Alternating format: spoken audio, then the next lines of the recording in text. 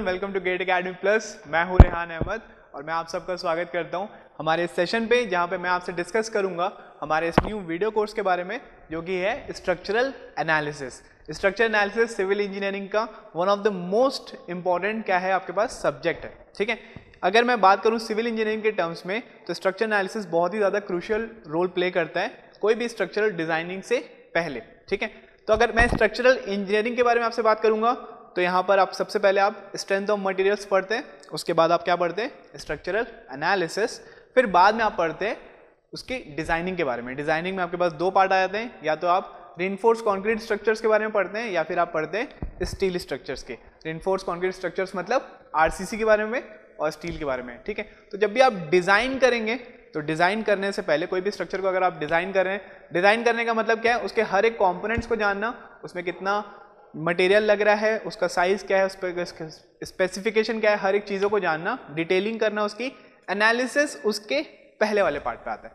पहले मतलब आपको वहाँ पे जानना पड़ेगा कि जो स्ट्रक्चर जो आप बना रहे हो उसमें क्या क्या कंपोनेंट्स हैं, उसकी मैक्सिमम क्वांटिटी कितनी है, उसकी मिनिमम क्वांटिटी क्या है, उसमें जो क्रूशियल जो पॉइंट्स है वो कौन कौन से हैं, ये सारी चीज़ें क्या होती है एनालिसिस के पार्ट में आती है। अगर मैं यहाँ पर स्ट्रक्चरल एनालिसिस के बारे में बात करूँ तो ये आरसीसी और स्टील स्ट्रक्चर्स को जब आप डिज़ाइन करेंगे उससे पहले आपको स्ट्रक्चर का एनालिसिस करना पड़ेगा। स्ट्रक्चर एनालिसिस में आप मेनली आप पढ़ते हैं कि आपका जो स्ट्रक्चर का जो कंपोनेंट है उसमें मैक्सिमम आपके पास बात करूं तो बेंडिंग मोमेंट कितना आ रहा है, आपके पास बात करेंगे हम शेयर फोर्स तो वो को अलग अलग पॉइंट्स पे कितनी कितनी आती है। हम बात करेंगे स्लोप एंड डिफ्लेक्शन की, किसी एक पॉइंट पे अंडर सर्टेन लोडिंग उसमें डिफ्लेक्शन कितना आ रहा है, अंडर सर्टेन लोडिंग उसमें जो रोटेशन है वो कितना आ रहा है। ये सारी चीज़ें हम क्या करते हैं इसमें डिस्कस करते हैं।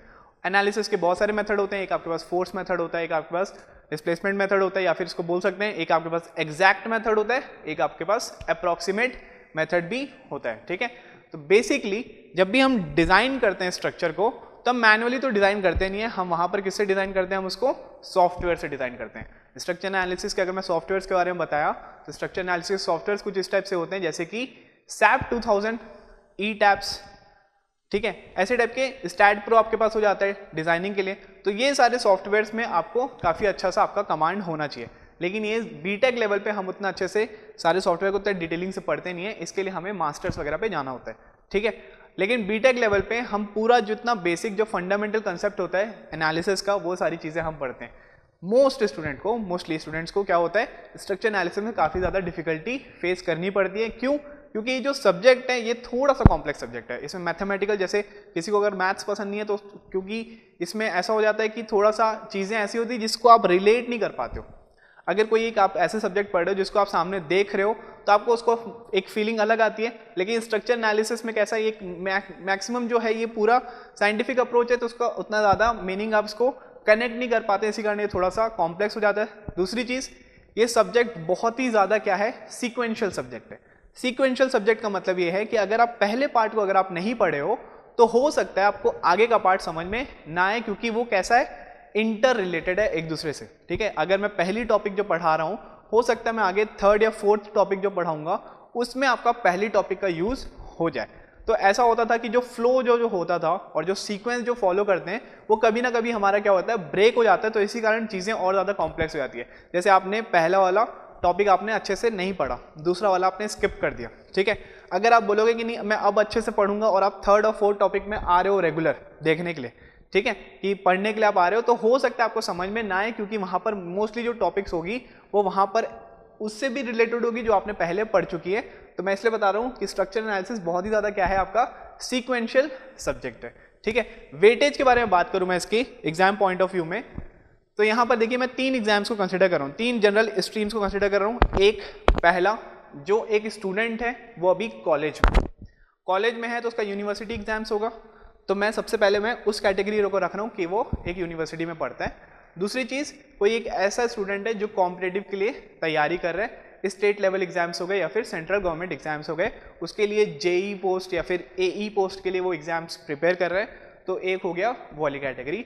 थर्ड हो गया जो गेट या फिर आईएएस के लिए प्रिपेयर कर रहा है, थर्ड वो वाली कैटेगरी के स्टूडेंट्स हो गए। अब ये तीनों कैटेगरी को मिला के मैंने क्या किया है, यहाँ पर स्ट्रक्चर एनालिसिस को टोटल 7 मॉड्यूल्स में मैंने डिवाइड किया। ठीक है, 7 मॉड्यूल्स को डिवाइड करके मैंने यहाँ पर ये चीज़ रखा है कि इसमें जो पूरे जो 3 कैटेगरी जो मैंने आपको बताया वो तीनों कैटेगरी इसमें क्या हो जाए, काफ़ी अच्छे से मिल जाए। ठीक है, मतलब मैं जो कोर्स बनाया हूँ वो यूनिवर्सिटी लेवल वाले स्टूडेंट्स भी बहुत अच्छे से देख सकते हैं, वो जो गेट एस्पिरेंट्स हैं या फिर IES एस्पिरेंट्स हैं वो भी बहुत अच्छे से देख सकते हैं। सिमिलरली वो जो स्टेट या फिर सेंट्रल गवर्नमेंट एग्जाम्स के जो प्रिपेयर कर रहे हैं उसको भी वो बहुत अच्छे से क्या कर सकता है, इस कोर्स को देख सकता है। ठीक है, दूसरी चीज़ अगर मैं वेटेज के बारे में बात करूँ तो यूनिवर्सिटी में तो टोटल स्ट्रक्चर एनालिसिस 3 सब्जेक्ट में जनरली मैक्सिमम यूनिवर्सिटी में 3 सब्जेक्ट में डील करते हैं, structure analysis 1, structure analysis 2 and structural analysis 3। Similarly अगर मैं GATE exam point of view से बात करूं तो गेट में स्ट्रक्चर एनालिसिस का वेटेज रफली आप अराउंड मान के चलिए आप 5 मार्क्स का होगा, मैं रफली बोल रहा हूं। ठीक है, लेकिन लास्ट ईयर अगर आप देखोगे 2019 में 7 मार्क्स का आया था स्ट्रक्चर एनालिसिस, लेकिन अगर उसके पहले मैं बोलूं तो 4 मार्क्स में भी आया और 5 मार्क्स में भी आया मैक्सिमम। ठीक है, तो मैं रफली मैं बता के चलूं तो इन एन एवरेज आप उसको कितना मान के चलें, आप उसको अराउंड 5 मार्क्स का आप इसको एक्सपेक्ट करके चल सकते हैं कि इतना वेटेज है इसका गेट एग्जाम में। लेकिन 5 मार्क्स बहुत ज़्यादा इंपॉर्टेंट होते हैं, आप इसको बिल्कुल छोड़ नहीं सकते हो, आपको पढ़ना ही पड़ेगा। दूसरी चीज़ मैं क्या बताया था आपको, मैंने बोला था कि ये सब्जेक्ट कैसा है, सीक्वेंशियल सब्जेक्ट है। तो मैंने टोटल इस पूरे स्ट्रक्चर एनालिसिस का जो वीडियो कोर्स है उसमें मैंने टोटल 7 मॉड्यूल्स में मैंने इसको डिवाइड किया गया। ठीक है, और ये 7 मॉड्यूल्स ऐसे हैं कि आप प्लीज़ जो मॉड्यूल जो चल रहा है आप उसी मॉड्यूल के सीक्वेंस में अगर आप देखेंगे तो आपको बहुत ज़्यादा मजा आने वाला है। दूसरी चीज़ ये है कि आप उसका क्या करेंगे, जो मैं बताऊंगा उसके नोट्स आप बहुत अच्छे से प्रिपेयर करते हुए चलेंगे। ठीक है, तो जैसे मॉड्यूल नंबर 1 बनाया तो मॉड्यूल 1 के आप जो नोट्स हैं, अब ये मॉड्यूल नंबर 1 के जो नोट्स हैं मैं गारंटी बता रहा हूँ आपके आगे आप जितना भी पढ़ोगे module 3, module 4, module 6, not module 6, module 7, हर जगह पे क्या होगा आपका वहाँ पर मॉड्यूल नंबर 1 के जो नोट्स हैं वहाँ पर काम आएंगे। ठीक है, सिमिलरली आगे के भी जो मॉड्यूल्स हैं, जैसे मॉड्यूल नंबर 2 में मैं आपसे एक टॉपिक डिस्कस करूंगा slope and deflection. Slope and deflection जो है वो मॉड्यूल 3 में भी यूज होगा, वो मॉड्यूल 7 में पूरा एंटायरली जो होगा स्लोप एंड डिफ्लेक्शन से ही डील करेंगे। मतलब मॉड्यूल नंबर 2 में हम जो चीज़ पढ़ेंगे वो मॉड्यूल नंबर 7 में टोटल उसका क्या है, एप्लीकेशन पार्ट है। तो अगर आप मॉड्यूल 2 नहीं पढ़ें, सीधा आप पढ़ रहे हैं मॉड्यूल 7, तो चीज़ें आपको समझ में नहीं आएगी, क्योंकि मैंने आपको पहले बताया इसके सीक्वेंस को बहुत अच्छे से फॉलो करिएगा। ठीक है, तो यहाँ पर मैं आपको बता देता हूँ टोटल मैंने जो डिवाइड किया है 7 मॉड्यूल्स में, उसमें है सबसे पहला मॉड्यूल नंबर 1। मॉड्यूल नंबर 1 है इनडिटर्मिनेसी। ठीक है, यहाँ पर मैं आपके बारे में बताऊंगा कि स्ट्रक्चर डिटर्मिनेट क्या होता है और स्ट्रक्चर की इनडिटर्मिनेसी क्या होती है। तो मॉड्यूल नंबर 1 जो रहेगा वो रहेगा इनडिटर्मिनेसी।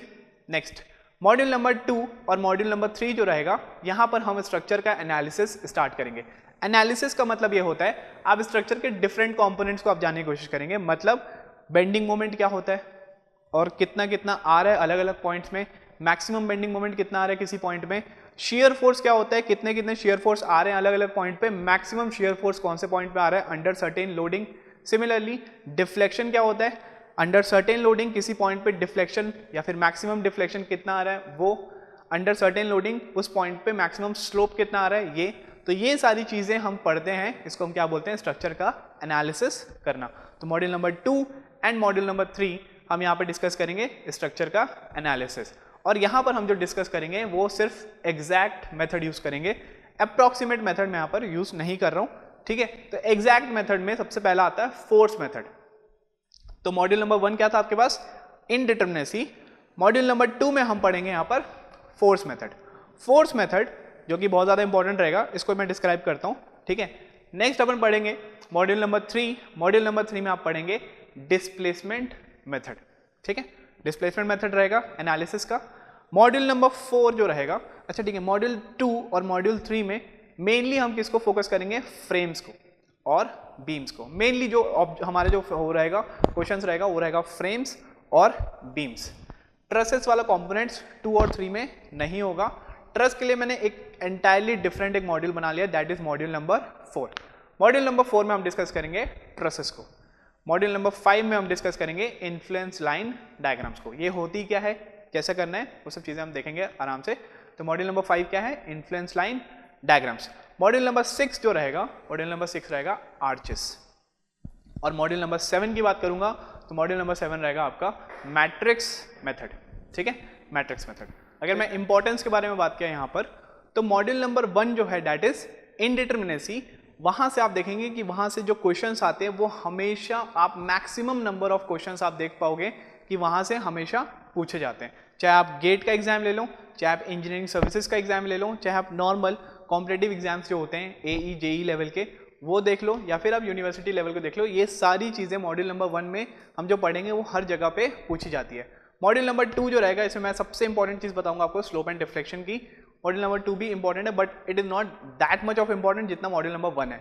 नेक्स्ट आता है आपका मॉड्यूल नंबर 3। मॉड्यूल नंबर 3 की अगर मैं इंपॉर्टेंस की बात करूं तो मॉड्यूल नंबर 3 में मोमेंट डिस्ट्रीब्यूशन मेथड होता है, वो भी बहुत ज़्यादा इंपॉर्टेंट होता है। फिर आता है आपके पास ट्रसेस और ILT, ये भी इंपॉर्टेंट है, लेकिन आर्चेस और मैट्रिक्स मेथड जो है ये उतना ज़्यादा इंपॉर्टेंट नहीं है जितना कंपैरेटिवली ये सारी चीज़ें मैंने बताया। मॉड्यूल 6 मॉड्यूल 7 उतना इंपॉर्टेंट नहीं है, सिमिलरली मॉड्यूल 2 भी उतना ज़्यादा इंपॉर्टेंट नहीं है बाकी जितने मैंने मॉड्यूल्स आपसे डिस्कस किए। ठीक है, अब आते हैं इसका डिस्क्रिप्शन पे। सबसे पहले मैं आता हूँ मॉड्यूल नंबर 1, क्या है वो? इनडिटरमिनेसी। मॉड्यूल नंबर 1 इनडिटरमिनेसी के अंदर मैं आपको बेसिकली 3 चीज़ें पढ़ाऊंगा। सबसे पहले मैं आपको बताऊंगा, पूरा एंटायरली गो थ्रू कराऊंगा बेसिक्स से। बेसिक्स मतलब इसमें मैं आपको बताऊंगा कि स्ट्रक्चर होता क्या है, स्ट्रक्चर क्या होता है, उसके सपोर्ट्स क्या होते हैं, रिएक्शंस जो डेवलप होती है वो क्या होती हैं, इक्विलिब्रियम इक्वेशन, इंटरनल फोर्सेस, ठीक है, इंटरनल जॉइंट्स, ये सारी चीज़ें मैं आपसे डिस्कस करूंगा बेसिक्स के अंदर। फिर बाद में हम आता है डिग्री ऑफ स्टैटिक इनडिटरमिनेसी, जिसको हम डिनोट करते हैं DS से। तो वहां पर मैं आपसे डिस्कस करूंगा स्टैटिक इनडिटरमिनेसी क्या होती है। नेक्स्ट मैं आपसे डिस्कस करूंगा kinematic इनडिटरमिनेसी, degree of kinematic इनडिटरमिनेसी DK से, जिसको हम डिनोट करते हैं, वो क्या होता है। मॉड्यूल नंबर 1 पढ़ने के बाद चाहे आप कोई सा भी स्ट्रक्चर ले लो, चाहे आप ट्रस ले लो, चाहे आप फ्रेम्स ले लो, चाहे आप बीम्स ले लो, उसके अंदर कैसा भी कंपोनेंट्स हो, उसके अंदर कैसा भी मेंबर्स हो, आपको हर एक टाइप के स्ट्रक्चर को देख के आप तुरंत देख के बता पाओगे कि ये जो स्ट्रक्चर है ये स्ट्रक्चर डिटर्मिनेट है कि ये स्ट्रक्चर क्या है, आपके पास इनडिटर्मिनेट स्ट्रक्चर है। अब आप बोलोगे सर मीनिंग क्या होता है, तो मीनिंग हम देखेंगे जब मॉड्यूल नंबर 1 स्टार्ट करेंगे। नेक्स्ट आता है module number 2, that is the force method.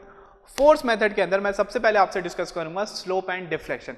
Slope and deflection ये जो है ये आप स्ट्रेंथ ऑफ मटेरियल्स में, जो कि हमारे वेणुगोपाल सर भी लेते हैं गेट एकेडमी प्लस में, बहुत अच्छे से डील करें, आपको आता होगा। तो स्लोप एंड डिफ्लेक्शन आप वहां पर भी पढ़े हो, मैं यहाँ पर आपको उसके स्टैंडर्ड केसेस बताऊंगा। स्टैंडर्ड केसेस जो होते हैं मतलब स्टैंडर्ड बीम्स, उसके अंदर स्टैंडर्ड लोडिंग के अंदर जो पर्टिकुलर स्लोप और डिफ्लेक्शन की जो वैल्यूज आएगी वो मैं डिस्कस करूंगा आपसे।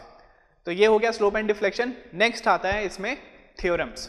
थ्योरम्स अलग अलग टाइप के थ्योरम्स है, principle of superposition, Betti's law, Maxwell reciprocal law, Castigliano's first theorem, Castigliano's second theorem, minimum potential energy theorem, ऐसे टाइप के अलग अलग टाइप के थ्योरम है। ये सारे थ्योरम्स मैं आपसे डिस्कस करूंगा। फिर बाद में आता है इसका मेथड्स ऑफ एनालिसिस। कोई भी स्ट्रक्चर को हम उसके मेथड्स एनालिसिस कैसे करेंगे, तो उसके अलग अलग मेथड्स हैं। सबसे पहले आपके पास आएगा कंसिस्टेंट डिफॉर्मेशन मेथड, हम वो डिस्कस करेंगे। नेक्स्ट हम डिस्कस करेंगे स्ट्रेन एनर्जी मेथड, बहुत ज़्यादा इंपॉर्टेंट मेथड है ये भी। नेक्स्ट हम डिस्कस करेंगे 3 मोमेंट थ्योरम मेथड या फिर क्लैपेरॉन्स थ्योरम, क्लैपेरॉन्स थ्योरम मेथड हम इसको डिस्कस करेंगे। फोर्थ आएगा आपके पास यूनिट लोड मेथड, हम इसको भी अच्छे से डिस्कस कर लेंगे। ठीक है, तो यहाँ से आपका मॉड्यूल नंबर 2 खत्म हो जाएगा इतनी सारी चीज़ें करने के बाद। नेक्स्ट आता है आपको मॉड्यूल नंबर 3। मॉड्यूल नंबर 3 क्या है? Displacement method. डिस्प्लेसमेंट मेथड में भी सबसे पहले मैं क्या करूंगा, पहले मैं आपको नॉर्मल बेसिक चीजें बताऊंगा। बेसिक चीजों के अंदर आएगा आपके पास स्टिफनेस क्या होता है, आपके पास कैरी ओवर मोमेंट क्या होता है, कैरी ओवर फैक्टर्स क्या होते हैं, डिस्ट्रीब्यूशन थ्योरम क्या होता है, डिस्ट्रीब्यूशन फैक्टर्स क्या होता है, ठीक है, रिलेटिव स्टिफनेस क्या होती है, ये सारी चीजें मैं आपसे बताऊंगा। फिक्स्ड एंड मोमेंट्स क्या होते हैं, ये सारी चीजें हम डिस्कस करेंगे। उसके बाद आता है एनालिसिस पार्ट में। एनालिसिस के 2 मेथड मैं आपसे डिस्कस करूंगा यहाँ पर, और भी होते हैं बहुत सारे, लेकिन मैं आपसे सिर्फ यहाँ पे 2 सबसे इंपॉर्टेंट मेथड डिस्कस करूंगा। वो है method number 1 moment distribution method. इसमें एकदम 5 स्टार लगा लेना आप, कोई भी टाइप का एग्जाम हो यहाँ से क्वेश्चन 100% आने के चांसेस है। 100% तो नहीं बोलूंगा ऑब्वियसली, लेकिन फिर भी 90% होता है कि यहाँ से क्वेश्चन काफी बार आते हैं। ठीक है, तो मोमेंट डिस्ट्रीब्यूशन मेथड बहुत ज़्यादा इंपॉर्टेंट टॉपिक है, इसको आप बिल्कुल नहीं छोड़ेगा, बहुत अच्छे से हम इसको डिस्कस करेंगे, बहुत मजा आएगा आपको भी। तो मोमेंट डिस्ट्रीब्यूशन मेथड देखेंगे। नेक्स्ट हम देखेंगे slope and deflection method. Slope and deflection method moment distribution method के जैसा ही है, बस दोनों में डिफरेंस ये है कि मोमेंट डिस्ट्रीब्यूशन मेथड में हम टेबल के फॉर्म में हम एनालिसिस करते हैं, और स्लोप एंड डिफ्लेक्शन मेथड में हम इक्वेशंस के फॉर्म में एनालिसिस करते हैं।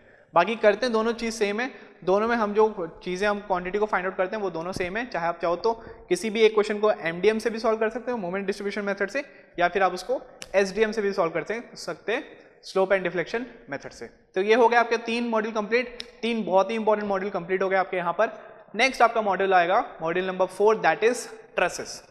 ट्रसेस में दो टाइप के ट्रस होते हैं, डिटर्मिनेट ट्रस और इनडिटर्मिनेट ट्रस। अब आप बोलोगे कि सर डिटर्मिनेट ट्रस क्या होता है, इनडिटर्मिनेट ट्रस क्या होता है, तो यही तो आपको बताया था मैं मॉड्यूल नंबर 1 में। आपको क्या बोला था मैं कि मॉड्यूल नंबर 1 पढ़ने के बाद आपको ये चीज समझ में आ जाएगी कि कोई भी टाइप का स्ट्रक्चर डिटर्मिनेट है कि वो स्ट्रक्चर इनडिटर्मिनेट है। तो यहां पर आ गया आपको, देखो मॉड्यूल कनेक्ट हो गया मॉड्यूल नंबर 1 से, यही चीज मैं आपको शुरू से बोल रहा था। तो सबसे पहले हम करेंगे एनालिसिस ऑफ डिटर्मिनेट ट्रस। इसके अंदर दो मेथड है, method of joints and method of section. Method of joints में हम एक एक जॉइंट को पकड़ के उसका एनालिसिस करेंगे। मेथड ऑफ सेक्शन में हम क्या करेंगे, पूरे ट्रस जो रहेगा उसको हम दो सेक्शन में काट देंगे और उनमें से किसी एक सेक्शन को पकड़ के क्या करेंगे, उसका एनालिसिस करेंगे। तो ये दो चीज हो गई। नेक्स्ट आता है इसके अंदर डिफ्लेक्शन ऑफ ट्रस जॉइंट्स। कोई भी एक ट्रस का एक जॉइंट है, अंडर सर्टेन लोडिंग अगर कुछ वो डिफ्लेक्शन उसमें आ रहा है तो डिफ्लेक्शन कितना आएगा, हर एक मेंबर पे कितना डिफ्लेक्शन आएगा, टोटल ट्रस पे कितना डिफ्लेक्शन आएगा, इसको हम जानने की वहां पर कोशिश करेंगे। ठीक है, नेक्स्ट आपके पास आता है analysis of indeterminate truss. Determinate truss हो गया था, अब आएगा आपके पास analysis of indeterminate truss. Indeterminate truss में आपको बता रहा हूं, कन्वेंशनल का आप कोई भी क्वेश्चन ले लेना, चाहे वो ईएस का हो, ठीक है, चाहे वो एसएससी का लेवल का कन्वेंशनल पेपर हो, इनडिटर्मिनेट ट्रस के क्वेश्चन आपको वहां पर देखने को बहुत बार मिलते हैं। यूनिवर्सिटी लेवल पे तो 100% आएगा, 100% आएगा, मिनिमम से मिनिमम बता रहा हूं। जो आपका मैक्सिमम जो क्वांटिटी मार्क्स का जो क्वेश्चन होता है, जैसे मान लीजिए यहाँ पर जैसे 14 मार्क्स का होता है तो 14 मार्क्स में ही आता है, वो कभी कम मार्क्स में नहीं आता। तो आप वो पढ़ लेंगे, इतने अच्छे से समझाऊंगा कि आपके 14 के 14 पूरे अच्छे से आएंगे। ठीक है, तो यहाँ पर हम एनालिसिस ऑफ इनडिटर्मिनेट ट्रस भी पढ़ लेंगे। क्लियर, तो मॉड्यूल नंबर 4 यहाँ पर हम इसको रैप अप करेंगे। नेक्स्ट क्या आएगा हमारे पास, ILD। ILD क्या होता है, इन्फ्लुएंस लाइन डायग्राम।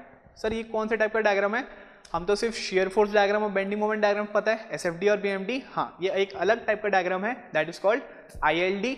ILD बनाना भी उसी तरीके से है जैसे आप SFD BMD बनाते हो, बस यहाँ पर क्या होता है, यहाँ पर रोलिंग लोड्स का कुछ कुछ इफेक्ट आता है, उसको हम देखेंगे। मतलब लोड पहले आप कांस्टेंट रखते थे किसी स्पैन के ऊपर, यहाँ पर हम मूव करवाएंगे लोड को। ठीक है, A पॉइंट से B पॉइंट मूव कराएंगे, उसके कारण हम देखेंगे उस लोड का जो इन्फ्लुएंस हो रहा है एट ए पर्टिकुलर पॉइंट उस क्वांटिटी के लिए, जैसे शेयर फोर्स हो गया, बेंडिंग मोमेंट हो गया, तो वो उसका इन्फ्लुएंस कैसा हो रहा है, तो उसके लिए हम एक डायग्राम बनाएंगे। तो इसके अंदर हम पढ़ेंगे सबसे पहले ILD फॉर रिएक्शन, फिर पढ़ेंगे हम ILD फॉर शेयर फोर्स, फिर पढ़ेंगे हम ILD for bending moment at a particular point, अलग अलग टाइप के स्ट्रक्चर्स के लिए, जैसे सिंपली सपोर्ट स्ट्रक्चर हो गया, कैंटिलीवर स्ट्रक्चर हो गया, ओवरहैंग बीम हो गई, अलग अलग टाइप के स्ट्रक्चर के लिए हम क्या पढ़ेंगे, ILD। नेक्स्ट हम पढ़ेंगे उसका एप्लीकेशन। एप्लीकेशन के अंदर हम पढ़ेंगे effect of rolling loads. Effect of rolling loads मतलब अलग अलग टाइप के लोड्स को हम मूव करा रहे हैं तो उसका इंपैक्ट जो होगा वो कैसा आएगा। एक प्रिंसिपल आता है यहाँ पर मूलर ब्रिस्लो प्रिंसिपल, वो भी बहुत अच्छे से डिस्कस करेंगे। फिर आखिरी में एक टॉपिक आएगी एब्सोल्यूट मैक्सिमम बेंडिंग मोमेंट की, वो भी बहुत ज़्यादा इंपॉर्टेंट है, 3 स्टार उसमें लगा दीजिए। यूनिवर्सिटी और कन्वेंशन के लिए बहुत ज़्यादा इंपॉर्टेंट रहेगा ये चीज़। ठीक है, तो उसको भी आप अच्छे से डील करेंगे यहाँ पर। ठीक, नेक्स्ट आता है arches. Arches is not that much of importance, GATE ES में थोड़ा कम दिखते हैं क्वेश्चंस, और छोटे मोटे लेवल पे भी क्वेश्चंस काफ़ी ज़्यादा कम ही दिखेंगे आपको, ज़्यादा नहीं दिखेंगे। तो आर्चेस भी बहुत ही स्पेसिफिक हम डील करेंगे, बहुत डिटेल में नहीं जाएंगे उसमें। जो इंपॉर्टेंट टॉपिक्स है उसको बहुत ज़्यादा डिटेल में करेंगे, नंबर ऑफ क्वेश्चंस उसमें ज़्यादा होंगे, लेकिन जो लेस इंपॉर्टेंट टॉपिक्स है उसको एकदम ब्रीफ में पढ़ेंगे कि आपको एकदम ऐसा नहीं है कि फालतू टाइम वेस्ट करें, बहुत ज़्यादा चीज़ें पढ़ी जितना उतना ज़्यादा रिक्वायरमेंट नहीं थी। ठीक है, तो आर्चेस के अंदर हम सबसे पहले डील करेंगे analysis of 3 hinged arch. Analysis of 3 hinged arch के अंदर सबसे पहले रहेगा आपके पास पैराबोलिक आर्च, उसके बाद रहेगा आपके पास सेमी सर्कुलर आर्च।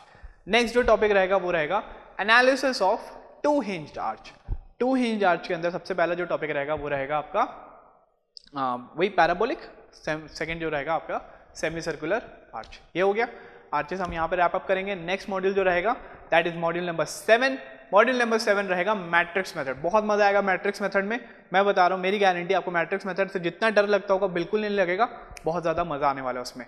ठीक है, मैट्रिक्स मेथड में हम एंटायरली जो यूज़ करेंगे, जो वो पूरा हमने मॉड्यूल नंबर 2 में स्लोप एंड डिफ्लेक्शन पढ़ा था उसको भी हम यूज़ करेंगे। मॉड्यूल नंबर 3 में हमने वहाँ पर जितने भी टाइप के वहाँ पर फिक्स्ड एंड मोमेंट्स के बारे में हम जो भी पढ़े थे वो सारे मोमेंट्स वगैरह को भी हम डील करेंगे। सिंकिंग वगैरह के इफेक्ट्स को भी हम मॉड्यूल नंबर 3 में डील करेंगे। तो उसके भी चीज़ों को हम सारे कंसेप्ट को हम कहाँ पर यूज़ करेंगे, मॉड्यूल नंबर 7 पे। ठीक है। मॉड्यूल नंबर 7 पे सबसे पहली चीज जो आती है वो आती है फ्लेक्सिबिलिटी मैट्रिक्स मेथड। ठीक है, इसमें क्या बनाएंगे, हम एक मैट्रिक्स बनाएंगे, जितने का भी कंपोनेंट्स रहेगा 2x2, 3x3, 4x4, जैसा भी मैट्रिक्स रहेगा हम वो मैट्रिक्स बनाएंगे। और फ्लेक्सिबिलिटी मैट्रिक्स के अंदर हर एक जो कंपोनेंट होगा वो क्या कंपोनेंट होगा, वो कंपोनेंट होगा डिस्प्लेसमेंट का। डिस्प्लेसमेंट मतलब या तो वो डिफ्लेक्शन होगा या तो वो होगा उसका रोटेशन, स्लोप। ठीक है, तो स्लोप एंड डिफ्लेक्शन आप मॉड्यूल नंबर 2 में पढ़े थे, उसको हम यहाँ पर अप्लाई करना है। ठीक, सेकेंड जो रहेगा आपके पास स्टिफनेस मैट्रिक्स, इसमें भी हम एक मैट्रिक्स बनाएंगे, उसके अंदर हर एक क्वांटिटी क्या होगी, उसकी स्टिफनेस की होगी। तो ये हम पूरा मॉड्यूल नंबर 3 में कवर करेंगे स्टिफनेस के बारे में। क्लियर, तो यहाँ पर दो चीजें पढ़ेंगे, flexibility matrix method and stiffness matrix method. तो यहाँ पे दो चीज पढ़ना है।